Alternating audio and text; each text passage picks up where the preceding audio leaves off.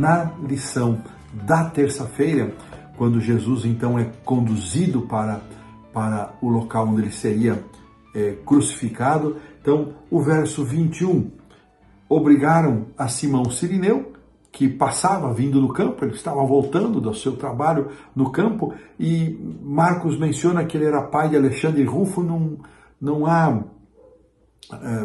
como sabermos quem foram estes moços, né? Mas puseram sobre Simão aquela pesada cruz. E é interessante, Jesus estava tão desfalecido, Jesus era jovem, forte, mas aquela noite de intenso sofrimento emocional, a dor da separação com o Pai, depois toda aquela cena no Getsemane, toda essa peregrinação que nós vimos na lição do sábado à tarde, chegando ali, Jesus já estava exausto, não tinha mais forças, e eles colocam a cruz sobre Simão. E eu fico imaginando como Simão deve ter se sentido, que pensamentos invadiram a sua mente ao carregar a cruz de Jesus.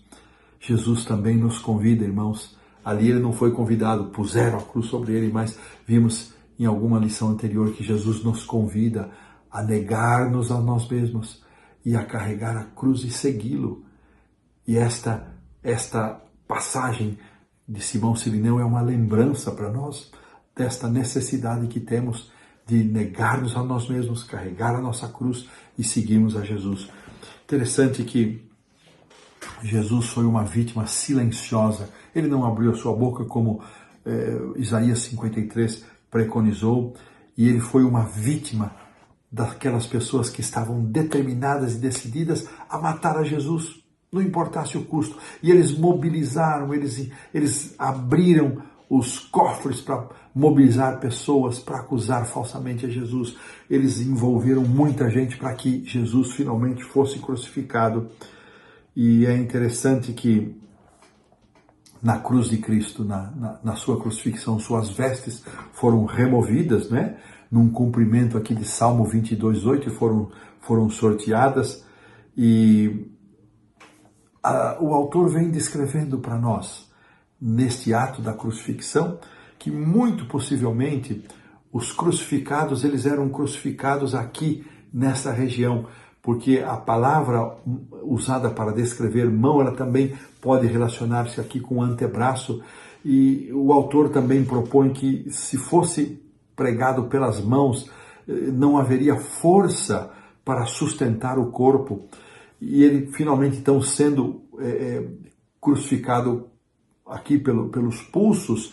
Era uma região menos vascularizada, não se derramava tanto sangue assim. E Jesus, interessante, ele continuou com a sua coroa de espinhos, e então agora ele é crucificado. E diz o autor que o exercício para respirar era extremamente doloroso.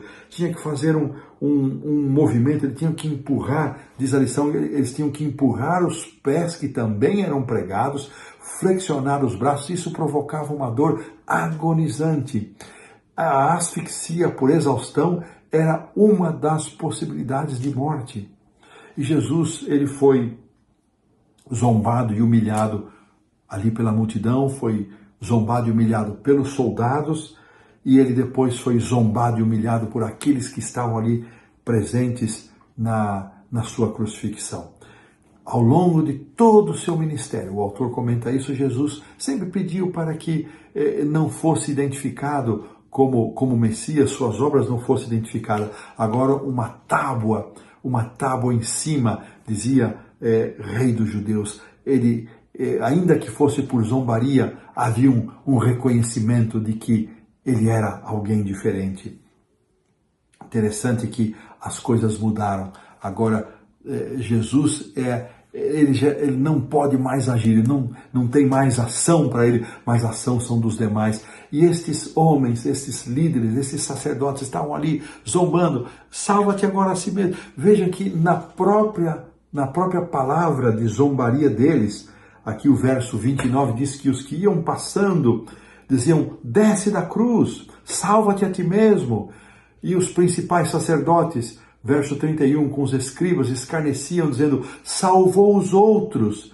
e a si mesmo não pode salvar-se. Veja aqui, desça agora da cruz o Cristo, o Rei de Israel, para que o vejamos e o creiamos. Eles jamais expressaram a confissão e o reconhecimento de que Cristo era o Rei de Israel, era o Messias, Jesus era o Cristo, era o Messias, mas de forma zombeteira, de forma debochada, eles expressam esse reconhecimento.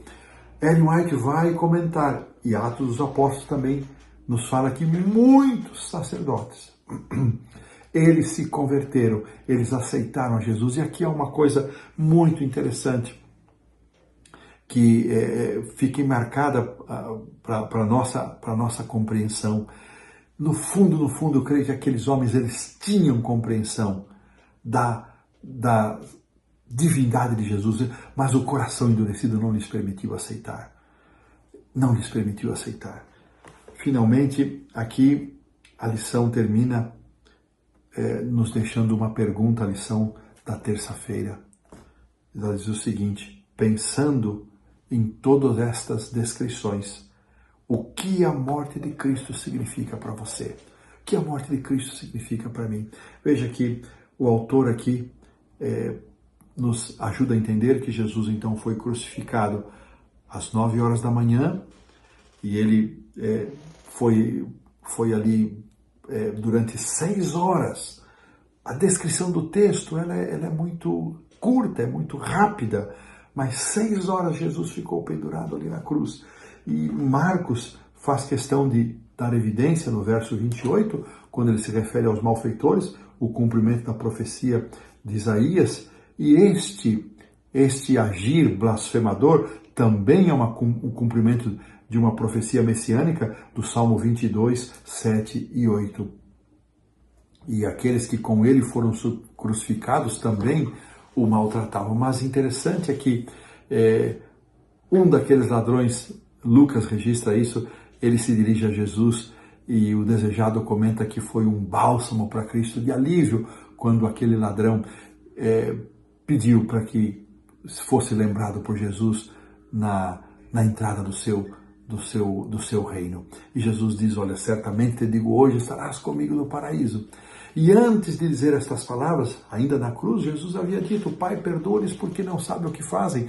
E havia dito, e disse também para sua mãezinha que estava ali ao pé da cruz: mulher, eis aí teu filho, referindo-se a João, e para João, eis aí a tua mãe. Essas foram as 3 primeiras frases.